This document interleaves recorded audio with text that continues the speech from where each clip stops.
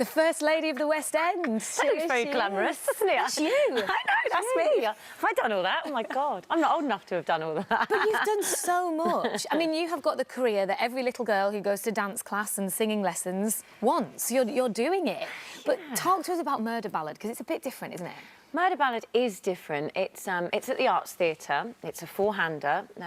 There's myself, Norman Bowman, Ramin Karimloo and Victoria Hamilton-Barrett. It's something really new for me. It's not like a big set and big costumes and, you know, big orchestrations. It's very raw and it's so different. And I've not been in something so intimate before. Because you're a bit more exposed in that sense. Really exposed.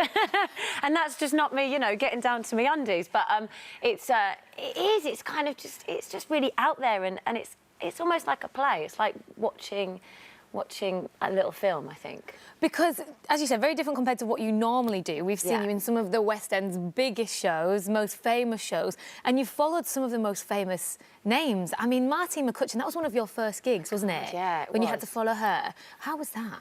That was like a million years ago. Yeah, it was about 16 years ago. I was in My Fair Lady, and I got to understudy Martine McCutcheon and play opposite Jonathan Pryce when I went on, and I went on a lot, which was great for me. It was very heavily in the press at the time because she'd just come from a big TV show, and then obviously to do 8 shows a week is a completely different discipline. So it was tough. It would be tough for anybody, but in my favour, I got to go on and it was in the press, so people started to know about me. So, but tough for you because without you being harsh, people will go and expect to see Martine McCutcheon and on Rock, the fabulous, but comparatively unknown Kerry Ellis. Yeah, yeah. I mean, it was tough at the time, but I think because I was so young and fresh and new, and I didn't have any of that baggage. Whereas now, I'm that person playing that role, and if I go off, people kind of write in and go, "Why weren't you on?" You know, so I know how that feels now, especially with big shows like Wicked. You know, people do come and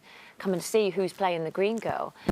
So I know that was interesting. Talk to me about Cats, because I mean that is one of the biggest and the best, and that role. Wow. I loved it. I really loved Cats. I didn't think I'd get the opportunity to actually play Grisabella because, you know, it was in London for so long, and then it went, and then it toured a little bit. So the fact that it came back in a big way and was at the Palladium, and it was a great version of the show, and to get to play and sing that role was just a dream. I wear the costume. Of course you do the onstage stuff, but you also do the recording with your good friend Brian May, one of the legends.